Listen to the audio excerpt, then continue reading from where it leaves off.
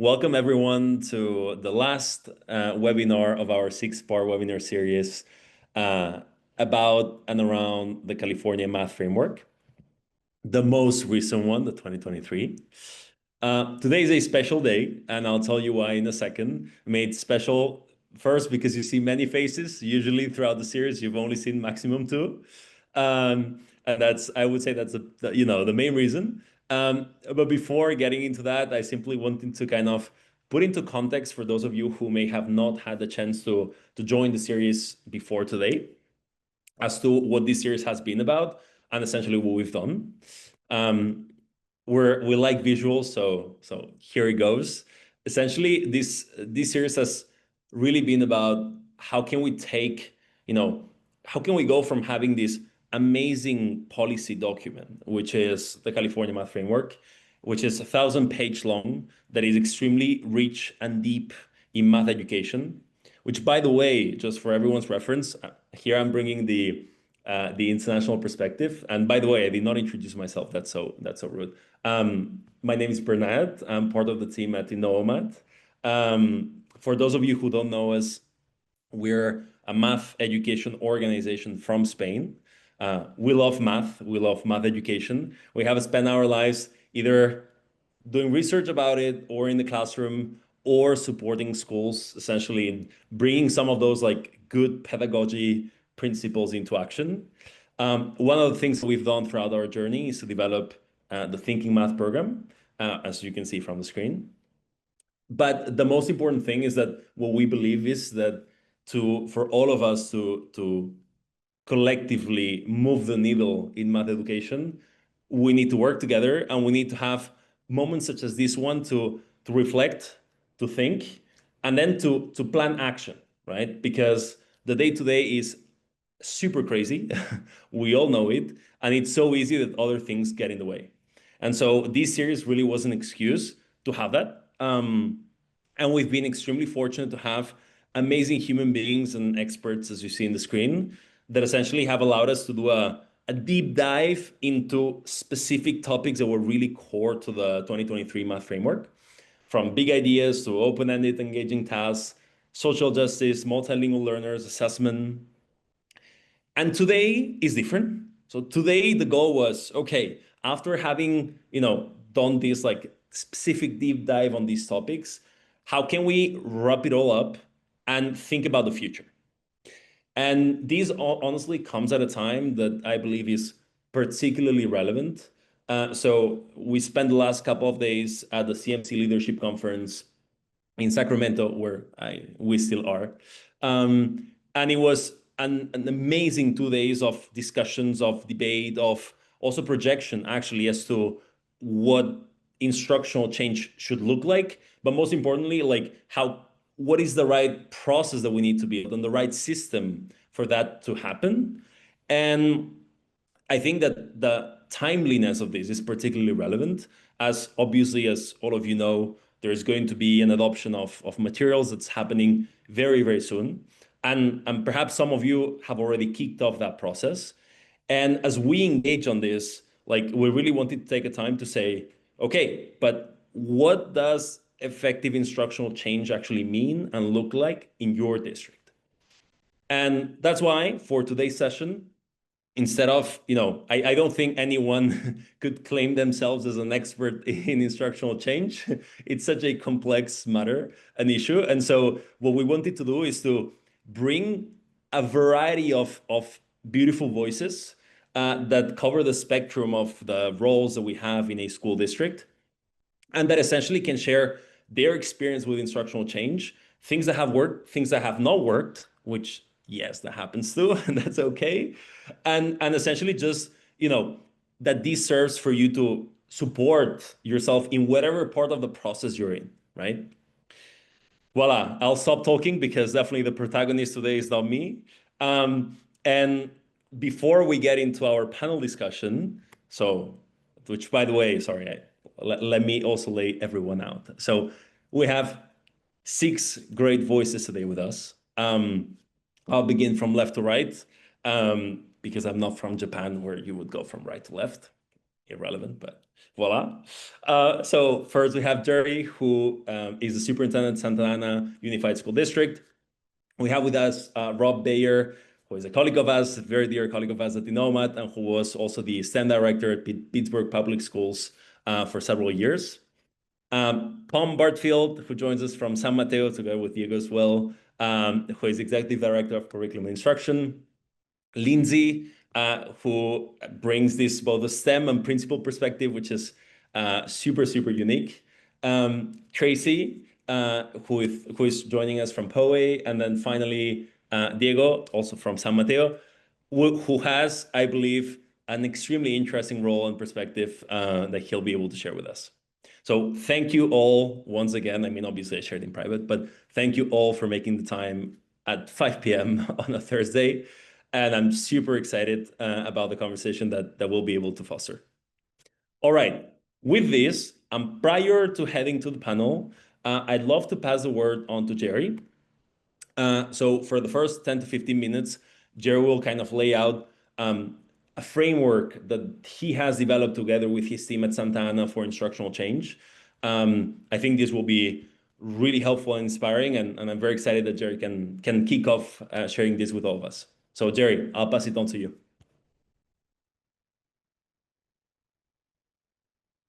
Thank you so much.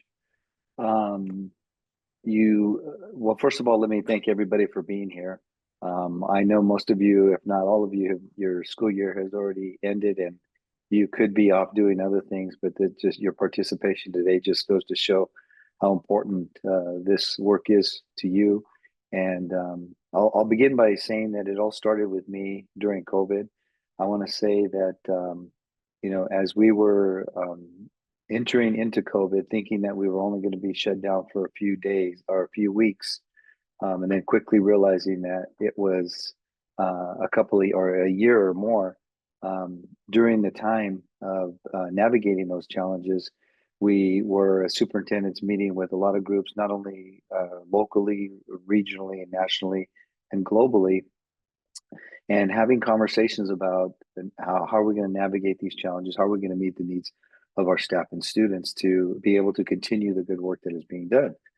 Well, very quickly in these meetings did I realize that the agendas that we were looking at all looked the same. They looked the same in 2020 as they did the first year when I became a superintendent. I've been a superintendent for 15 years.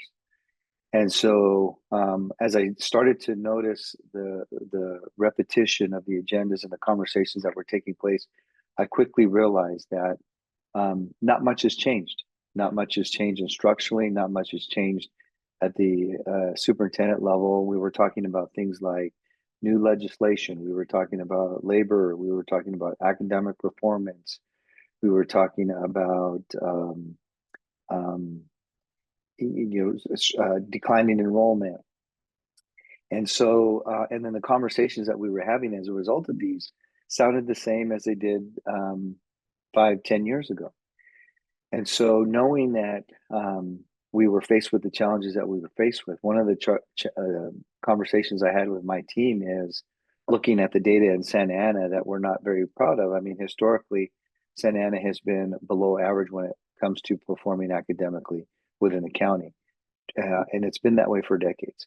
And so knowing that, looking at the data, having conversations with my colleagues, and then looking at the future that we were facing, the challenge that we gave ourselves in Santa Ana Unified School District and the reflection that we had is, and I want you to think about this, is that if we keep doing the same things the same way we've always done them, then we can expect to get the same results.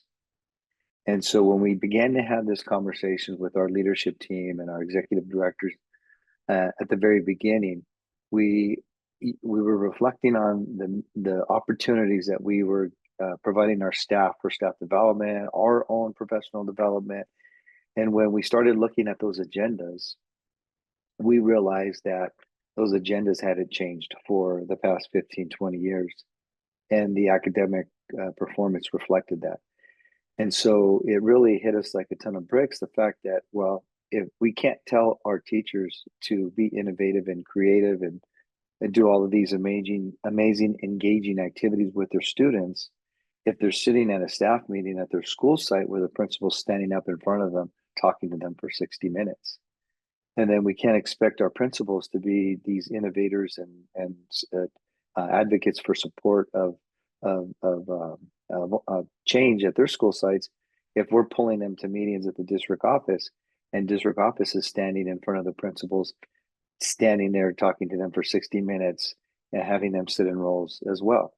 And so we really did a lot of reflecting and began to have conversations about what is our role as the leaders of the district or as executive cabinet, and really how do we prioritize the staff development that we give? What are some things that we need to change, that we need to adjust, that we need to do differently in order for that change to roll out across the system? And so we started with executive cabinet, and we began to do a needs assessment and look at all of the mandatory meetings that each executive cabinet was requiring their principals to go to. Because one of the things that we discovered during this reflection time was that the principals wanted to be in the classrooms, they wanted to support the teachers, they just didn't have enough time. We went to the teachers and said, how do we provide opportunities and support for you so you can engage the students in more activities that are more meaningful for them? And they said the same thing. We just don't have time. We have lesson plans, we have IEPs, we have all these compliance issues. So we had to look at our systems from the executive cabinet level down and really redesign and reimagine how we rolled out the staff development opportunities and the facilitation opportunities. So we did some redesigning there. And then we had conversations throughout the system about the same time as OpenAI released ChatGPT. And quickly did we discover that this innovative tool could actually help the people that were frustrated with not having enough time. By giving them access to this new innovation, we were able to free up their time to do these lesson plans so they could spend more time with the teachers. We were freeing up our principals' time to do more compliance and write reports and respond to emails so they can be in the classroom. And so really taking the initial phase of this new innovation, once we really learned how it could make our jobs more efficiently, then we started to say, okay, and now that we know how meaningful this change is for us, how can we use this innovation for our teachers in the classroom, and how can we reimagine what teaching looks like?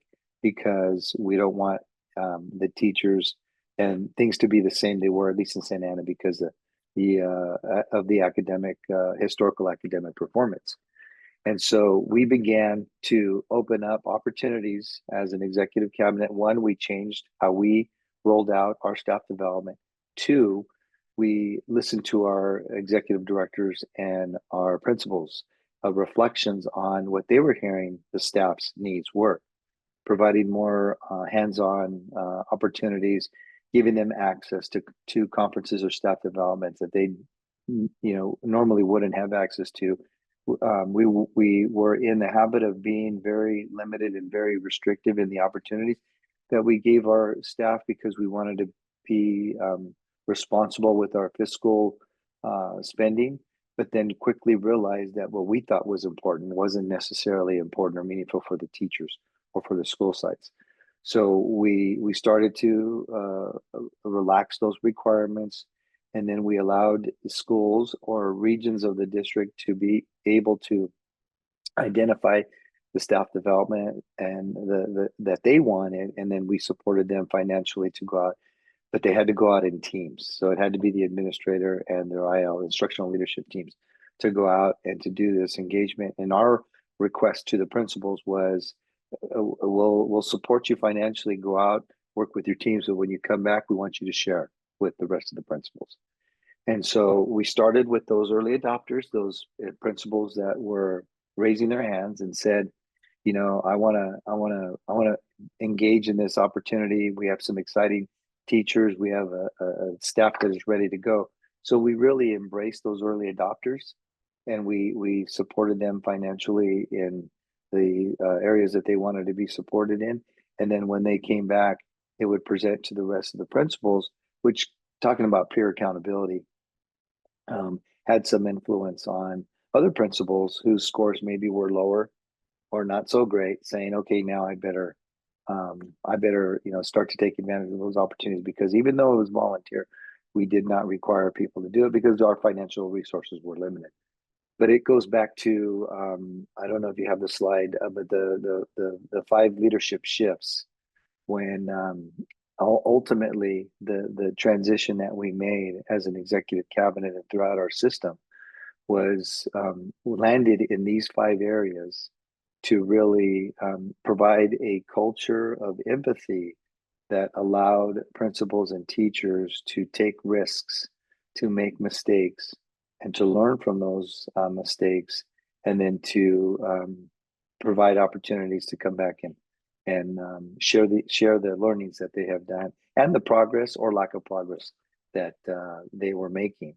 And so when we look at these 5 shifts, it started with the superintendent, executive cabinet, then it started with the executive directors, then the principals, and then the teachers. And this is really, this embodies where Santa Ana is right now in its drive to improve academic performance. We are so proud of a document that we created, and it's called the Framework for the Future.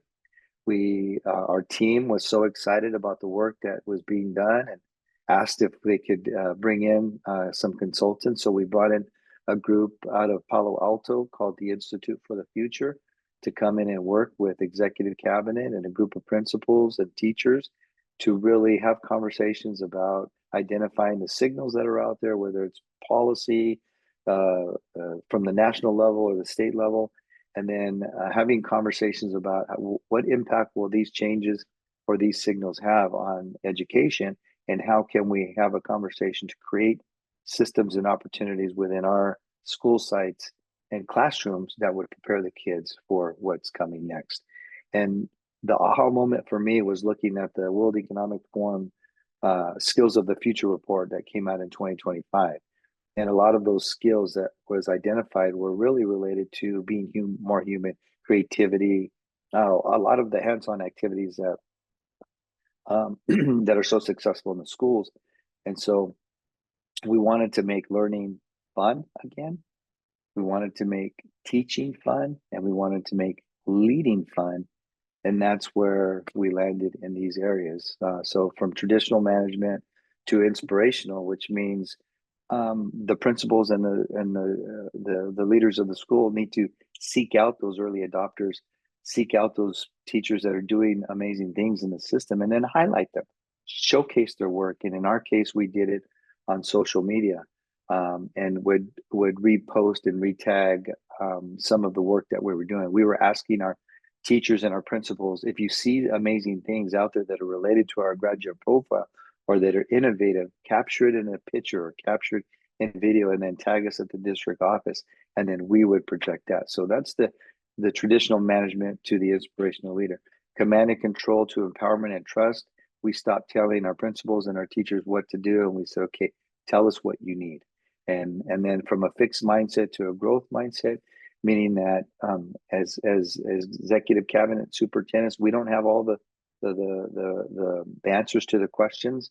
So we need to let go. We need to listen to the younger generation and to our teachers and to our new administrators, because we're creating systems to meet their needs, not our needs. And then the problem solving to envisioning the future impact. Assessments are important, but they're not our drivers. And Santa Ana, they are not our drivers. We are focusing more on engaging the student and making learning more meaningful, more fun, but relevant to those students and that grade level and to the teachers. And then the individual achievement to collective success is by working together across school sites, cross grade level, cross departmental, we can move mountains. And so ultimately landing in those 5 areas creates a culture, it goes from a culture of secrecy to a culture of trust. And we are proud of where we're at right now. And I think my time is run, but I'll stop there and open it up if anybody has any questions. This is wonderful. Thank you so much, Jerry. So we can definitely, if there is any question in the chat, please feel free to share. At the same time, I'd love to transition into the the panel and joint discussion. So before actually getting into the meats of the thoughts, if you don't mind now, I'd love for each of you to introduce yourself. Terry, you certainly did, so don't worry about it. But for the rest, if you can just briefly, say who you are, and then also mention, how this component, this element of instructional change, why it matters to you and how it has kind of come up in your journey. Rob, please go ahead since we're going from left to right. So we're going to switch it up. All right. Good afternoon to the West Coast, a good evening to the East Coast, if anybody's here from the East Coast. My name is Rob Baier. I am currently one of the math growth people at Innovamat. However, 5.5 months ago, I was the executive director for K-12 math, science, and STEM at Pittsburgh Public Schools in Pittsburgh, Pennsylvania. And then prior to that, I was there for like 2.5 years. And prior to that, I worked for an intermediate unit, which was like an educational service agency for like 4.5 years. And so basically, this idea of instructional change has been something that I am passionate about. It's something that I care about deeply. Made some mistakes early on, and then tried to figure some things out when I was in my most recent role. And then now I'm here at the Innovamat, and as a partner with anybody who partners with us, like I still care about that because the success is all about kids. That's what I care about. So I love it. Thank you, Rob. Appreciate it so much. Pam. Hey, everybody. My name is Pam Bartfield, and I'm the Executive Director of Curriculum Instruction in San Mateo-Foster City. We're a two-city school district with just under 10,000 students, K-8. Just kind of a little bit of my background is I actually student taught in this district and kind of was a teacher, principal, and then have been in the Ed Services Department for the last 8 years. And I think, when you say when I think about systems change, when you asked us that question before, and Jerry actually said it, I actually have the quote that's always on my whiteboard that I looked at right away, and the one that says, like, every system is perfectly designed to achieve exactly the results it gets.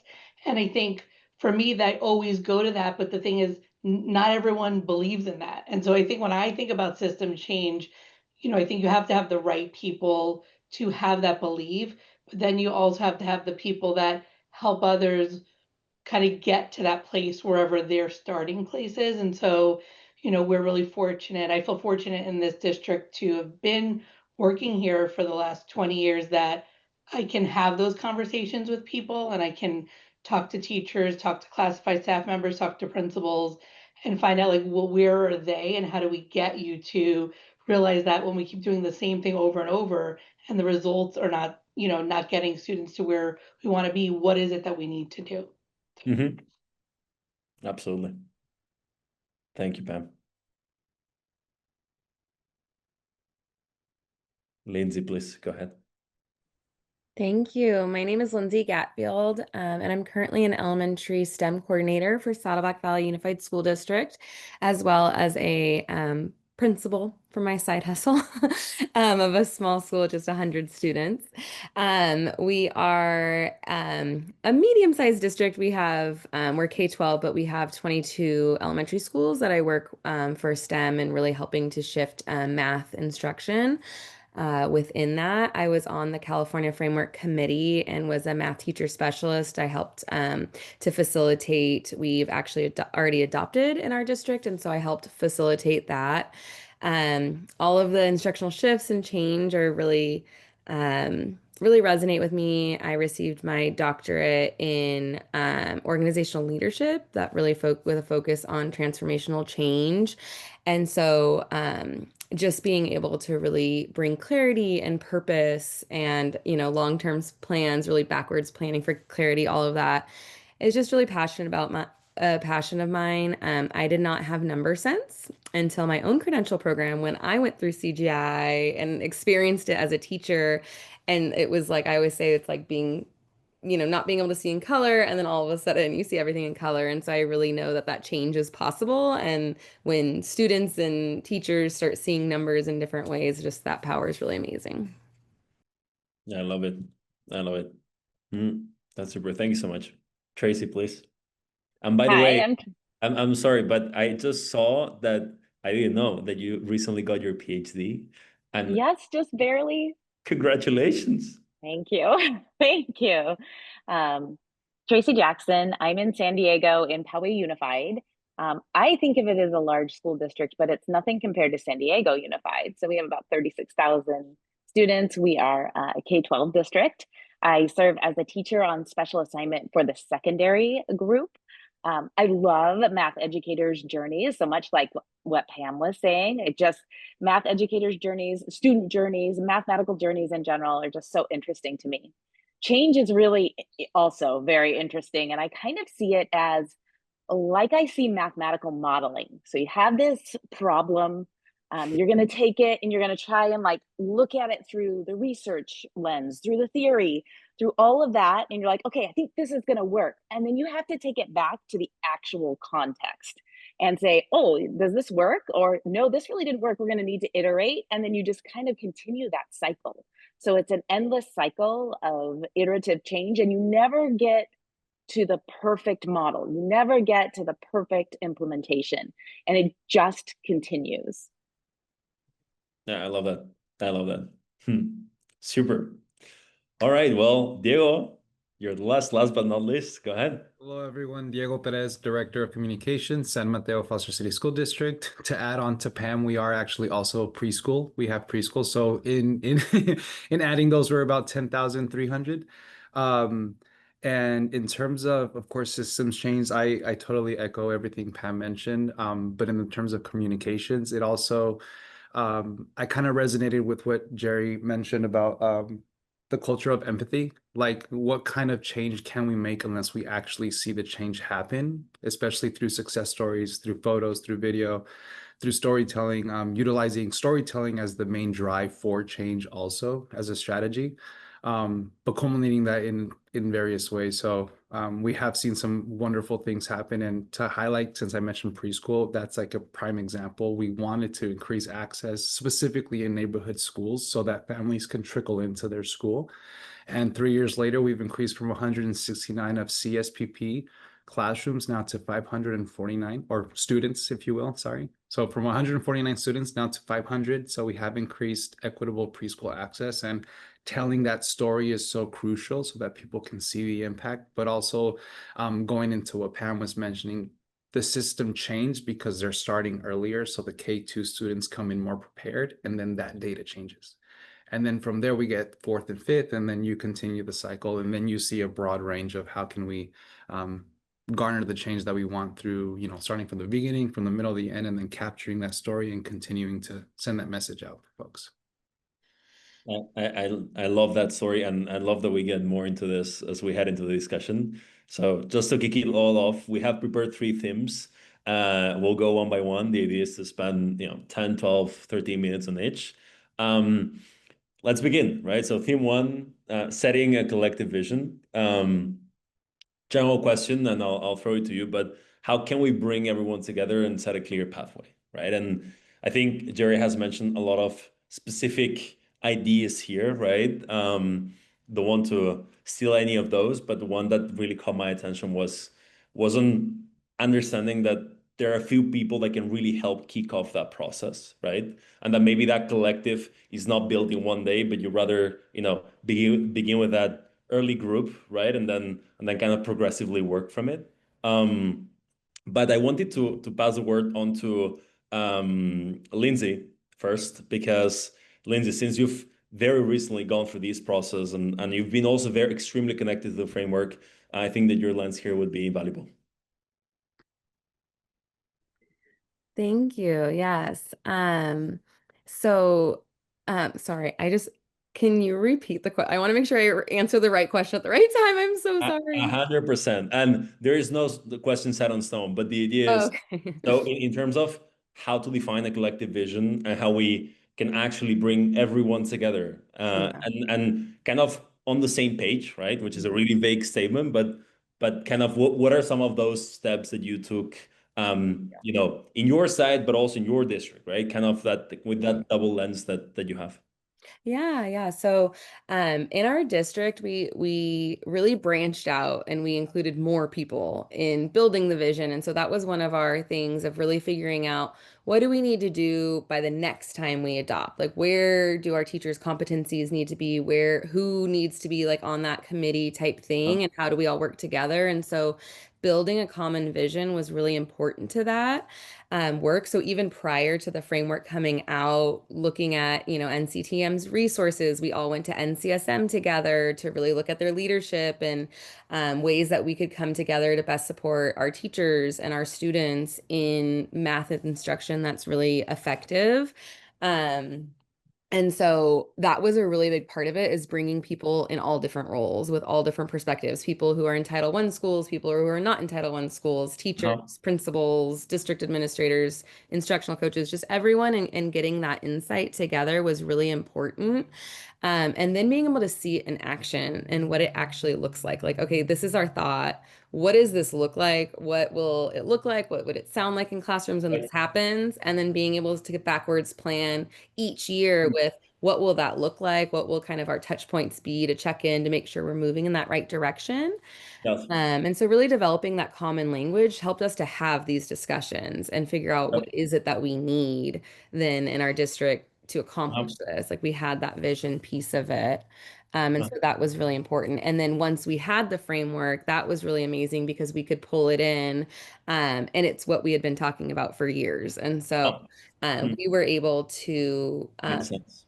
jump in with that adoption pretty quickly because of that reason, because we were really developing that and had, okay, how are we supporting principals and instructional shifts? How are we supporting teachers in instructional shifts? How are we supporting students in instructional shifts, IAs and instructional, every different level. Yep. And so I think just really thinking it through and having different people on the team was really crucial for us in that. And let me ask you a follow-up here, and I'd love everyone to chip in on this. One of the struggles that I have seen personally is essentially defining what that shared vision means. Because I think that, like you mentioned, speaking the same language. I think it's a challenge sometimes to speak the same language, but I don't think it's a massive challenge. What I sometimes find more complicated is how do you get everyone to agree on the facts, right? On the substance, right? Meaning, if we're speaking the same language, do we actually like project the same in the classroom? I don't know if my point is coming across, right? But like that practically, like, is it just let's say ideological or words alignment, or is it also like really like making sure that we mean the same thing, right? And I guess my question is, how can we be sure that we actually mean the same thing? Yeah, I love that question. I know you opened it up to the whole panel. I just want to jump in and say, so we had started initially doing instructional rounds, trying to kind of build that common language, and we've just been huge in walkthroughs. And making sure, like, okay, we're talking about this, we're saying it looks like this. Are we all actually picturing the same thing in our heads? And so watching videos and analyzing them, getting into classrooms, talking to students, looking at student work and data and things like that. All of that was really important. So it wasn't just, it's really easy to sit at a table and all have a conversation and think you're on the same page and have this common language, and then walk away and all think like, oh yeah, I'm implementing it this way, I'm implementing it this way, and they're all actually different ways. And so as much as we can get people in each other's classrooms, that's been a huge, and having teacher leaders in the district, that's like, yes, that's how it should look. Like, let's all keep, figuring out how to adapt that for our own context has been really important work with that to build that common language. Absolutely. Certainly. Yeah, I love everything that Lindsay's saying, because oftentimes I have seen in the past handful of years that sometimes a shared vision from a leader means the leader said it and everybody now shares it. So we have to be very careful about that. And in districts and schools that are, Lindsay's size, like getting people involved and seeing each other's classrooms is such a beautiful way to get buy-in to everybody to like see like that change needs to happen, and like what does that even look like in larger systems. And I'm sure everybody else on the panel could probably kind of talk to this too. In larger systems, you almost have to start with justifying the change and justifying it with the stakeholders, like at a larger scale. And even within like the community, with school boards and so on, but also like within your internal team. So like when we were going through change in Pittsburgh Public Schools, my internal change, I had to make sure that my leaders, that like they understood the change and understood the purpose and what we were looking for, so that way then we could expand out. And it was almost like a trickle down, trying to get more and more people on board, and then finding those champions in each of our buildings. We had 54 buildings across the district, but we had to try to find champions in each of the buildings to help us build this capacity to show the need for the change, which isn't, it's a lot easier that I just said it than actually implementing that. If I could add something to that as well, for us, below average academically, that was historically what the data told us. So the conversations we had was, with our principals, if you're okay with this, then you need to find someplace else to work, because, this is not acceptable. And, the conversation, we asked them to go back and have that conversation with their staff. And of course, there's blame to go around everywhere, all the way up to the superintendent's office. But once you get through that hurdle of here's why we can't, then it's like, okay, now let's move forward. Now, how are we going to solve this problem? And I think that's really where the conversations need to be focused around. So if language, art, and math, especially math, if math has historically been low academic performance at, let's say, the third grade level, then what are we doing as a district to focus on that? And let's spend all our energy and time pulling people together and having conversations. We don't have all the ideas from the district office executive directors. Where we really learn is from the classroom teachers, the students, the principals, putting everybody at a table and saying, okay, what do we need to do different? Because what we're doing is not working. I really appreciate what you're saying about that. And I do want to, as a math TOSA going, speaking with people in different districts and stuff, sometimes there was a definite frustration level, because it's like, oh, we're saying these things, we're saying this is important, but that's maybe not actually what's happening when it comes to the district office. And so I've had a unique situation where I'm at a school site and in the district office, and it truly, when your district administrators are willing to speak up and hold people accountable and say, okay, this is what good math looks like. This is what I'm looking at when I do my walkthroughs at school sites. This is what I expect principals to hold their teachers accountable to. That makes all the difference. And that's so powerful. And so hopefully there are more superintendents and assistant superintendents and directors who are holding people accountable for doing what's best for students. It makes a huge difference. It's accountability. People take it in different ways, and there that is important.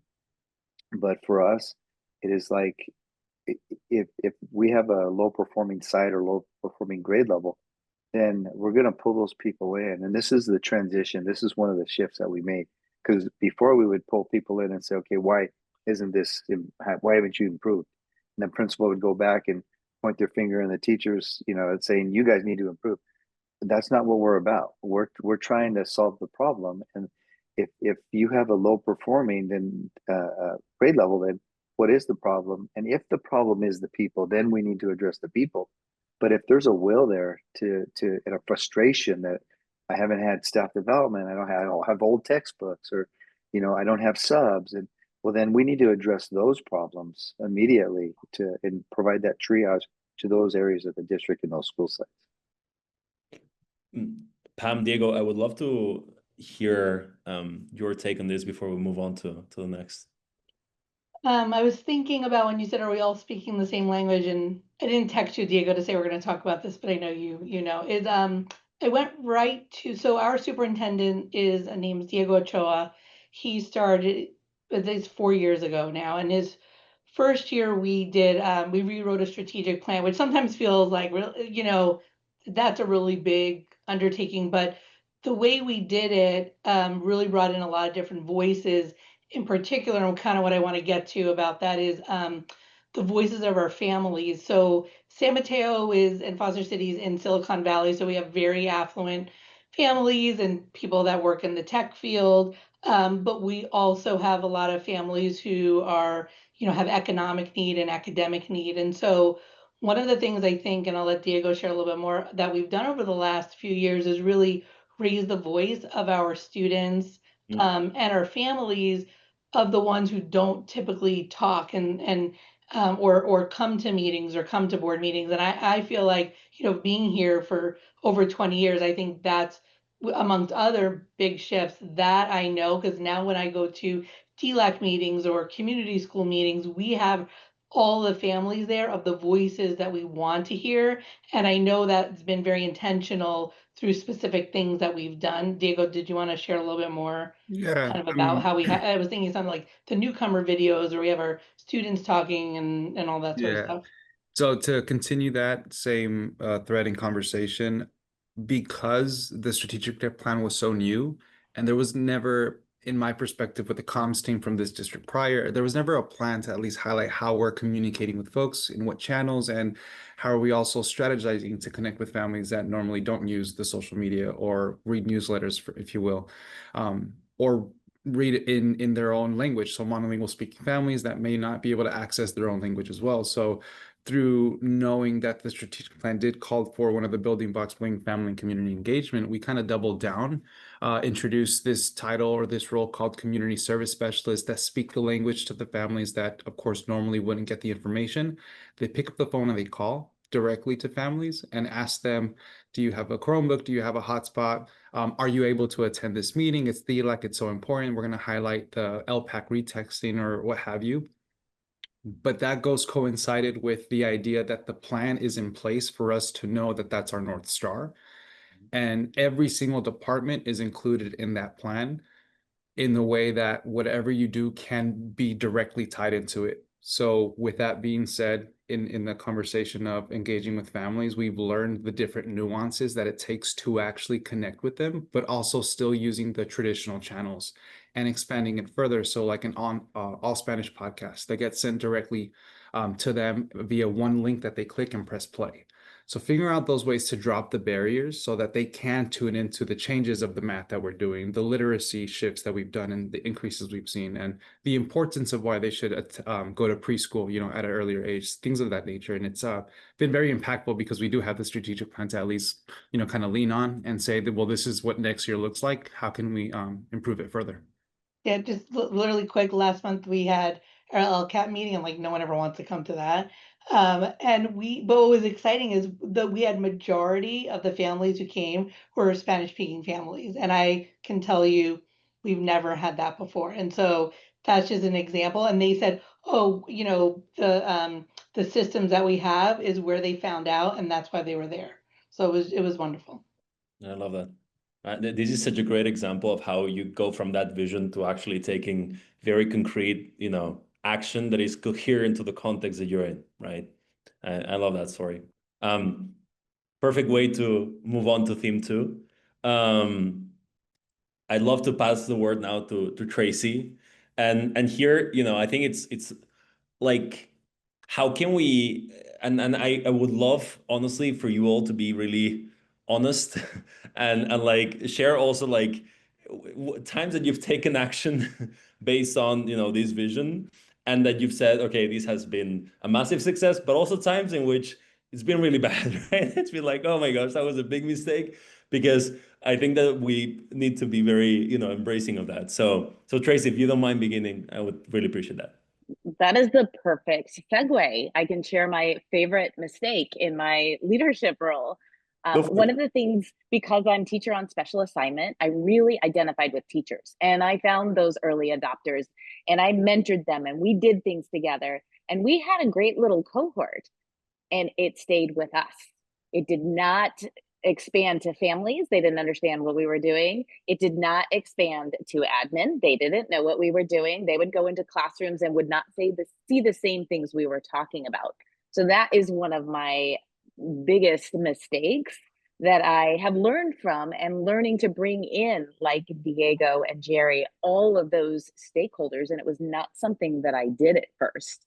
And then really when we have our lesson studies where we're trying to see that practice in action, where we take something like UDL and we look at specific students whose voices aren't normally heard in the classroom. We do those empathy interviews with them and then literally plan the lesson based on those students.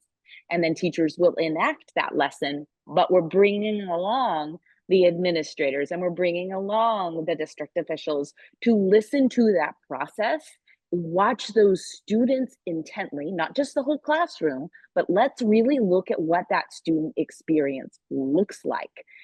And then when we come in to debrief, hear what the teachers are saying as far as what they've learned and how that's going to change their practice. I love that. And may I chime in real quick? That student perspective is huge. We've had now 2 years that we've have an Empowering Student Voices Council, and it's one where superintendent sits down with about 12 to 15 students from all of our middle schools.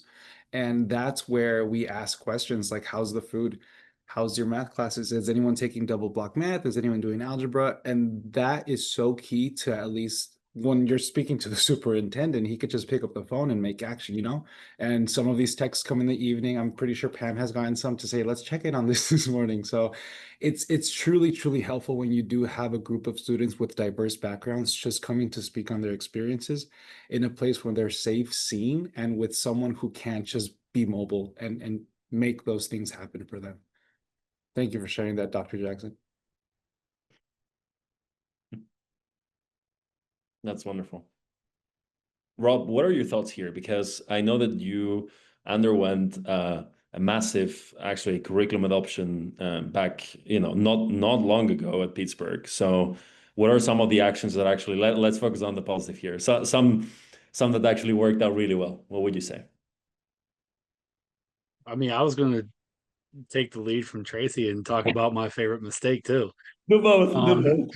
Yeah. I think my favorite mistake, to be honest, was thinking everybody was going to just get on board with what I believed. And I was like, everybody, reads the NCTM stuff. Everybody follows this, and, as we were diving into it, I had to take a step back. And, the first thing I had to think about was like, okay, so if we're going to make this change, how can we, honor the emotions that come with change?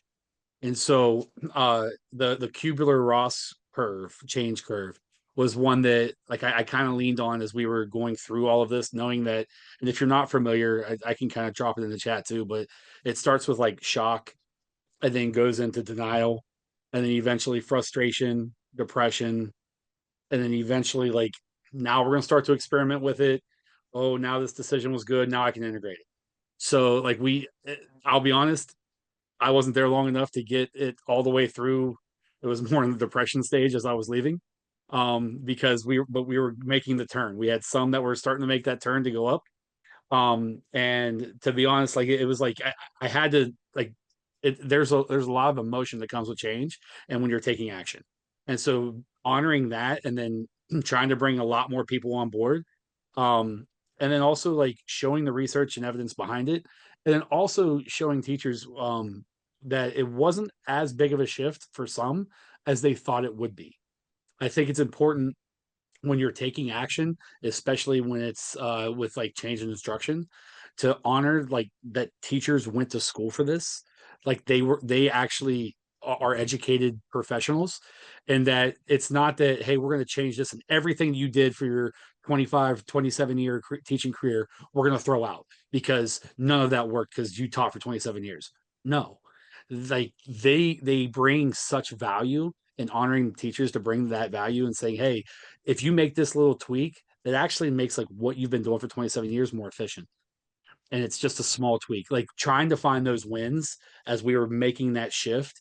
When I did it with my math coaches, that was something that I worked with my math coaches. Hey, when you're working with teachers, don't try to change everything. Find a win and find something that's going to help really move the needle.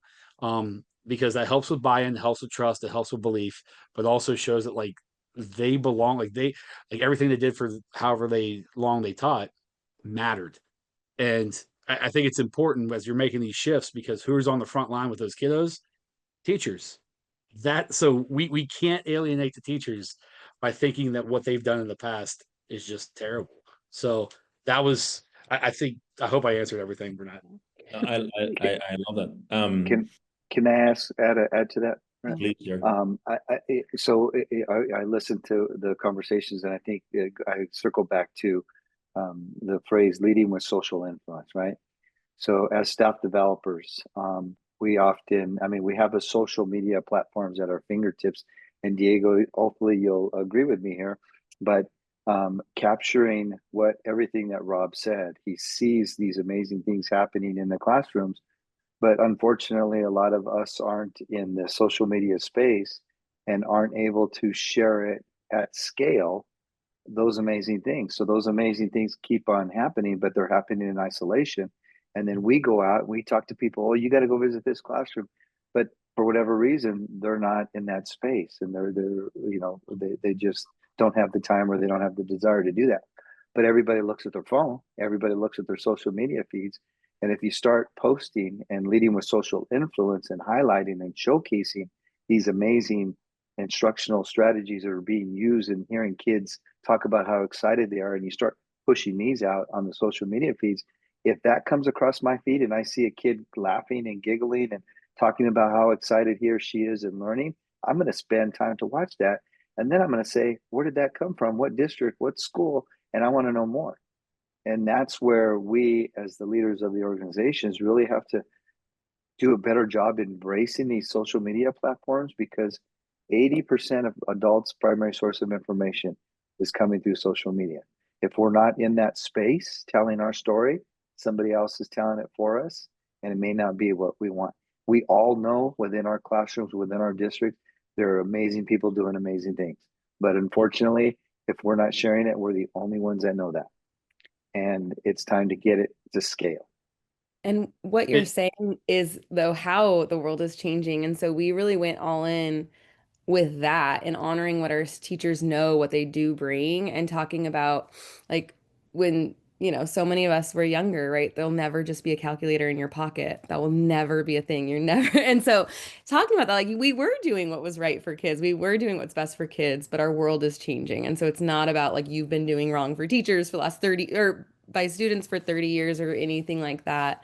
And of course, there's, I think, hits and misses with any big change. Like, within that change, there's so many pieces there. But yeah, it's all about connecting with the teachers and highlighting what's really going right, but understanding that what careers need now, we don't even know what they're going to need when our first graders are, in their 20s and stuff. And so just thinking about those skills of collaboration and problem solving and analyzing data and being able to communicate about that, I think leaning in on that really gives us a lot of leverage.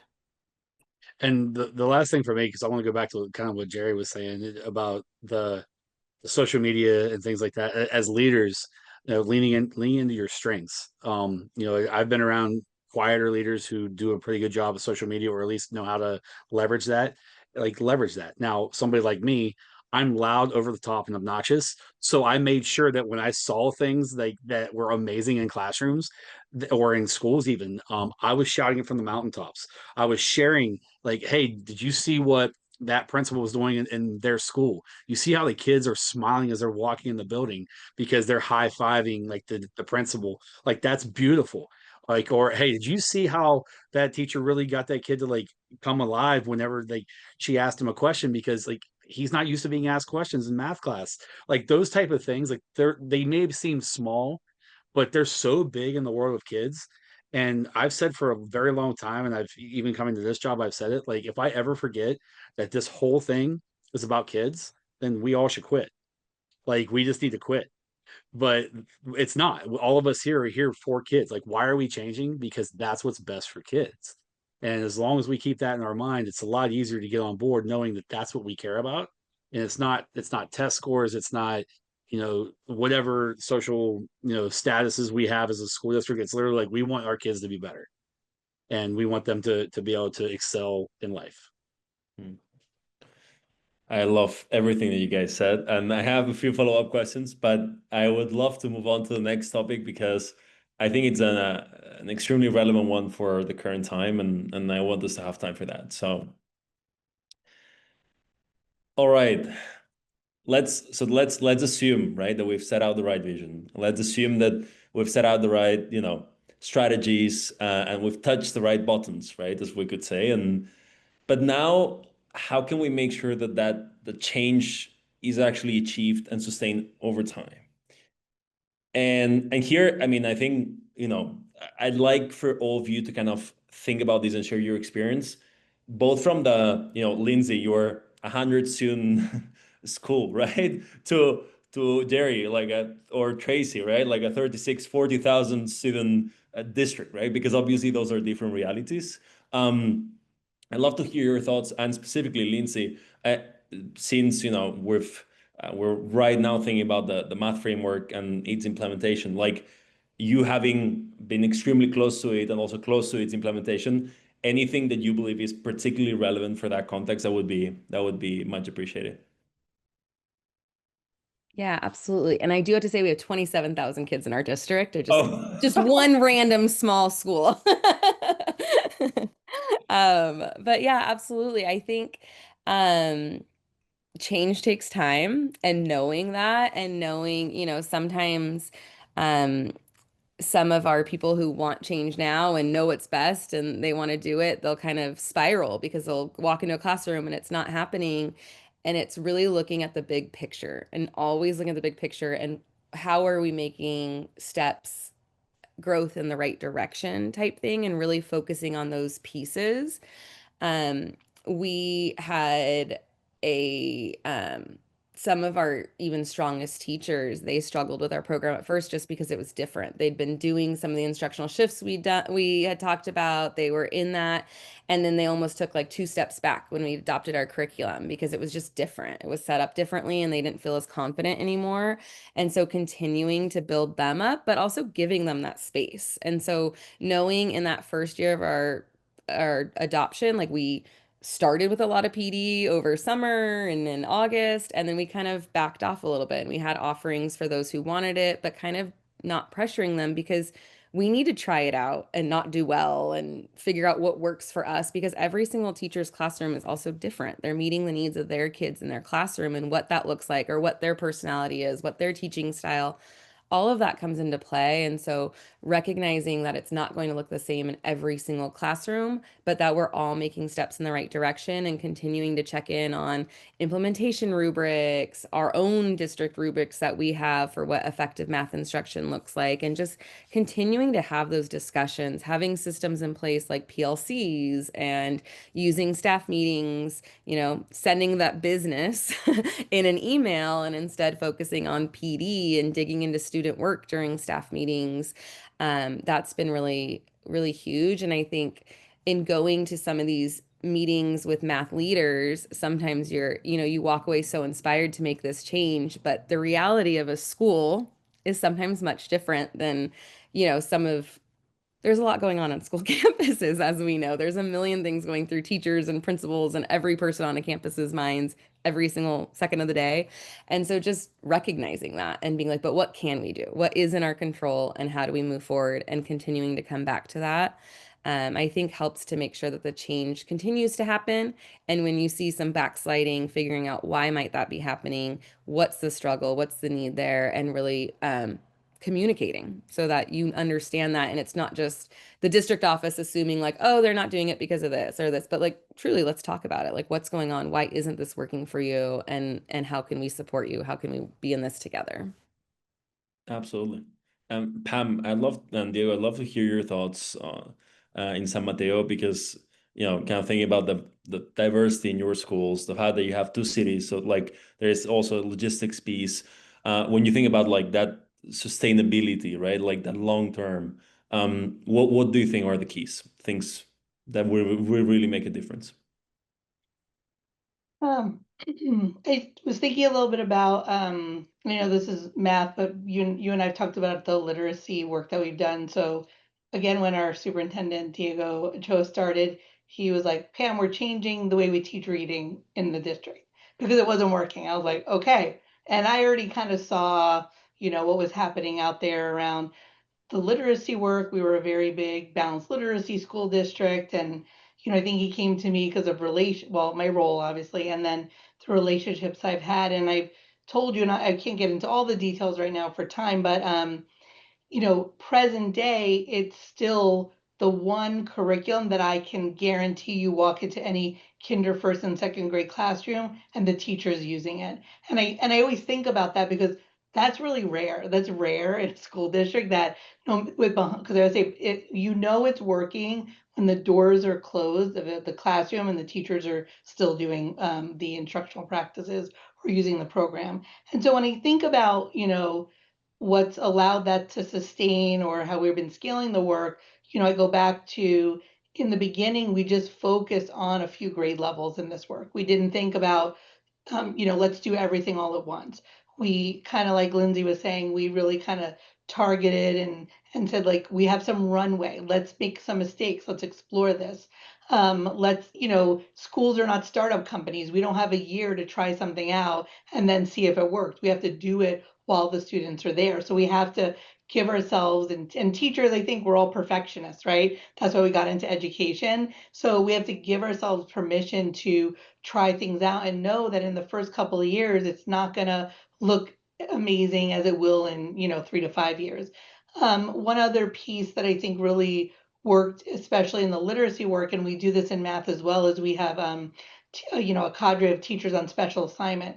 And so in the literacy work in the beginning, they were heavily supporting teachers by teaching as well. So they would work with the teachers and they would all do tier 1 instruction because they were learning alongside them. And so now you go and you look and you see what are the language and literacy TOSAs doing now.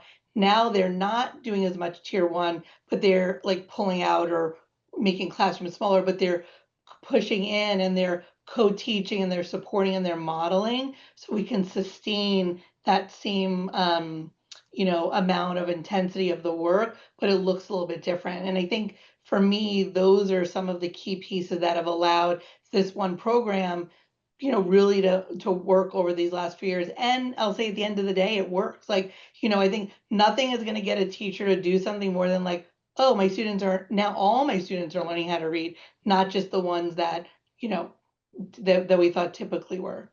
Diego, did you want to share? I mean, in terms of him and I went on this literacy journey together from the beginning. if I talk just literacy, nothing else in terms of, but when it comes to this, I think expanding it further helped out to make sure that the community also knew what we were doing. And then we started to see like the county office of ed reach out to Pam and say, can you teach us what you did? How did you do it? So knowing that folks were paying attention to the communications we were putting out in relation to this helped the community further double down the efforts we were doing. So if any teachers needed to do additional training, well, the county office of ed is already putting content that Pam shared, a presentation or what have you. So then I thought, okay, great. Pam already has some exceptional teachers doing the work. And what we've done since the strategic plan is, in addition, and I have the draft with me right now of the annual report, we couple it with videos that kind of highlight those big initiatives that truly capture the narrative of that year for that specific initiative. For example, when we talk about K2, we're still talking about it in its year 3. So this year, Pam had a board study session in March, and we put out communication based off of that because she had teachers on special assignment, teachers, students speaking on their experiences with the new PAC program. And at the same time, I took all of that, created communication, and disseminated it. Knowing she had teachers who were eloquently speaking on this, I invited those teachers, the teacher on special assignment and the teacher, to come be a part of the video series that highlights their work in their classroom and how they interact with their students and what kind of tools they use. So continuing that narrative from teachers themselves using their voice has helped us at least for Pam to have on the back of her pocket to say, this is our first meeting. Let's show this video. Again, let's inspire. Let's continue to make sure that what we're doing is working and we see it in our students in the results we're getting.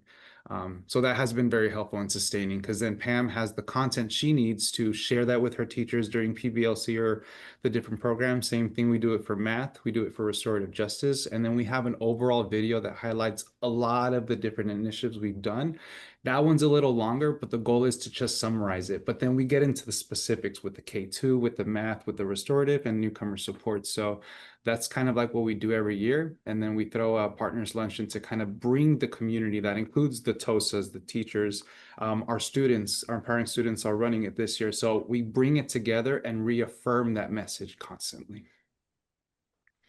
That's super powerful. I mean, and many times also from kind of as a takeaway from what you said, the understanding that consistency is extremely important, right? Because you could think 3 years in, why do I need to, continue doing that kind of communication? Well, the fact is there are many doors that open when you do, right? And then like there is that ripple down effect, right? Of getting to, as Pam said, like the majority of families perhaps showing up on an event that usually they would not, right? So and then one last thing, I do think it helps with recruitment. So when people see the messaging and they're new teachers or interns at a local district or a local community college, we have our HR department take that content and different job offers, they have it readily available to show them. And they say, I like what you guys are doing. Let me apply right now. So it does help the system overall when you do have the storytelling at the back of your pockets just to share to anyone. Absolutely. I mean, just for time purposes, I wanted to kind of throw a last question for anyone, but I was thinking, Jerry and Rob, perhaps your experience speaks to this. Staffing.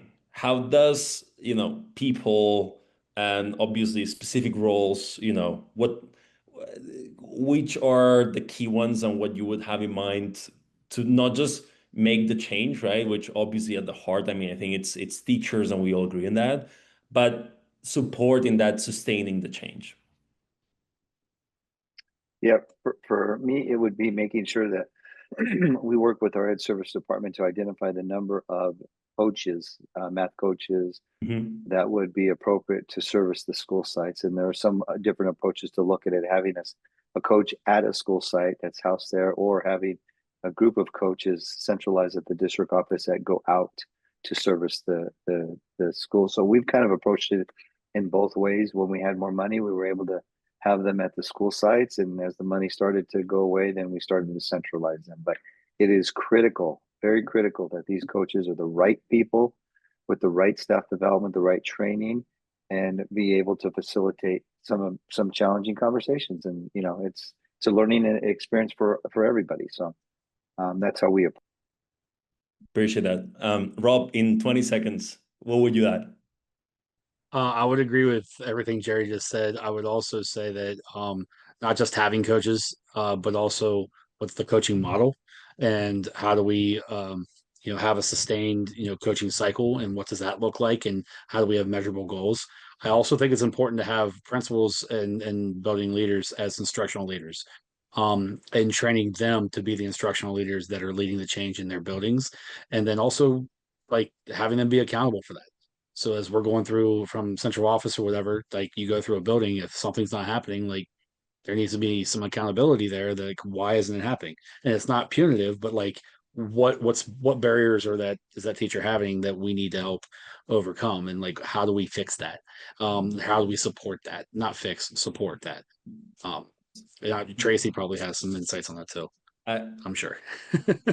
Just for time management, I'm really sorry because I would love for it to continue.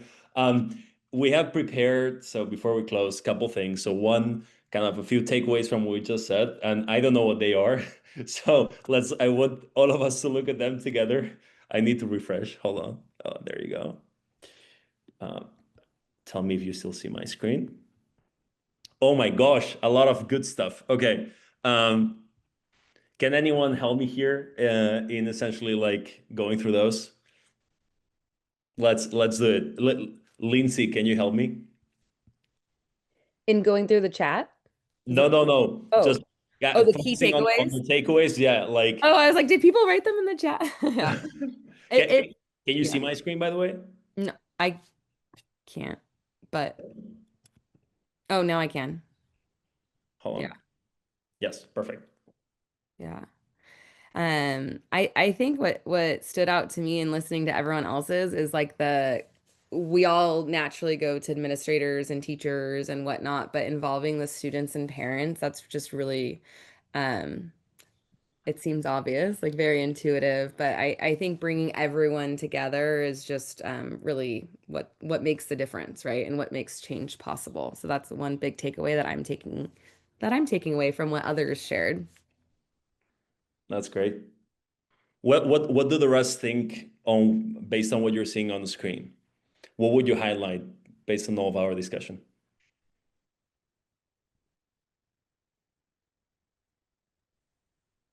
I think like Jerry's 5 shifts, with somebody with as much experience as he has in doing things like this, I think that anybody here, who's listening, I definitely think like we should we should honor that and read into that and research that a little bit because, I mean, research is one thing, but then when you have somebody actually implementing it, I think that's so impactful.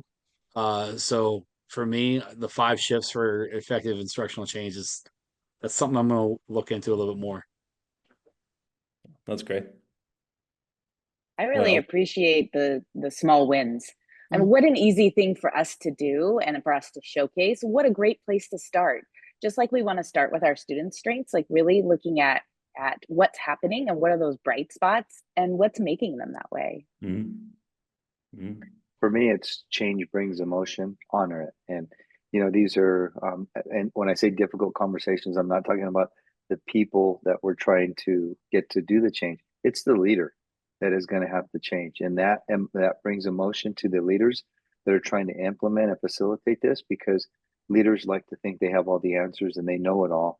And I know we don't always know it all. And sometimes we have to rely on what I call reverse mentors, is people in the system to be truthful and honest and tell us those difficult things. Just like we're supposed to be having those conversations with teachers, we need to hear it too.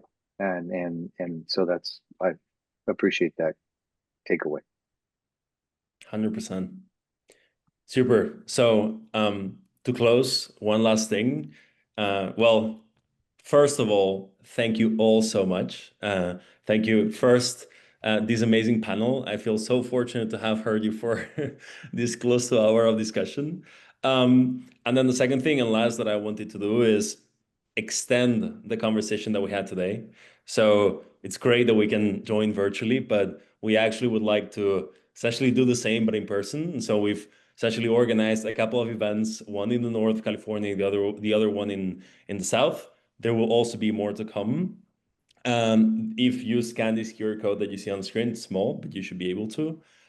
You could sign up for that. And at the end, it's once again, right? Like all of us collectively trying to reflect, share what's worked and what hasn't, and essentially trying to move the needle, you know, at our level, which I think is I hate to say a recipe because there is no recipe, but I think a good pathway forward.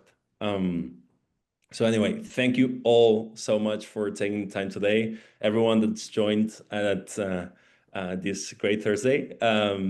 And I, you know, this is the end of this series. And besides these events in person, do not worry, there is going to be more. And if anyone wants to get in touch, also to learn more about our work here in California, in the United States and around the world, we'll be very happy to. And so anyway, thank you all again. I'm wishing each and every one of you a very lovely evening and end of week.